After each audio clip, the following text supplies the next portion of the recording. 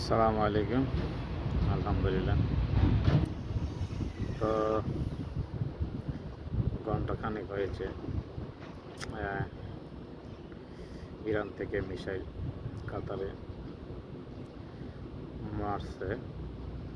তা আসলে খুবই আতঙ্কের মধ্যে আছি। শুয়েছিলাম।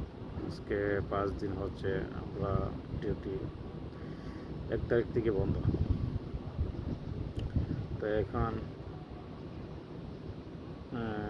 বিকট আওয়াজ শুনতে পেয়েছি।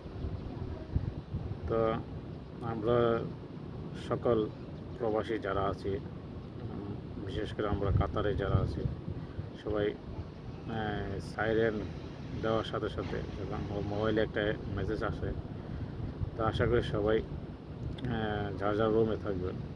কারণ কোন জায়গায় কবে ব্লাস্ট হয়ে পড়ে, কারণ এরা থেকে যখন মারে তখন কিন্তু রিটার্ন আরেকটা কাতার থেকে মারা মারা হয় ওইটা প্রতিরক্ষা করার জন্য।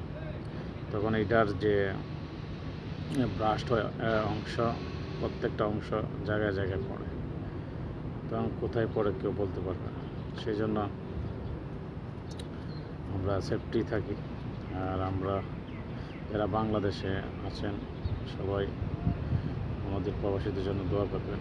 আর বিশেষ করে পুরা প্রবাসী যারা অন্য অন্য কান্ট্রিতে আছেন সবাই আমাদের জন্য দোয়া করবে। হ্যাঁ, এখন আর এখানে ভিডিও বানিয়ে আপলোড করা যাবে না, যেখানে ব্লাস্ট হয়ে পড়েছে বা একটা দুর্ঘটনা ঘটেছে, এটা কাতার গভর্নমেন্ট নিষেধ। তো আশা করি এগুলো করবেন না, আদৌ বছর সেফটিতে থাকবে। ইনশাল্লাহ একটা ব্যবস্থা হবে। আসসালামু আলাইকুম।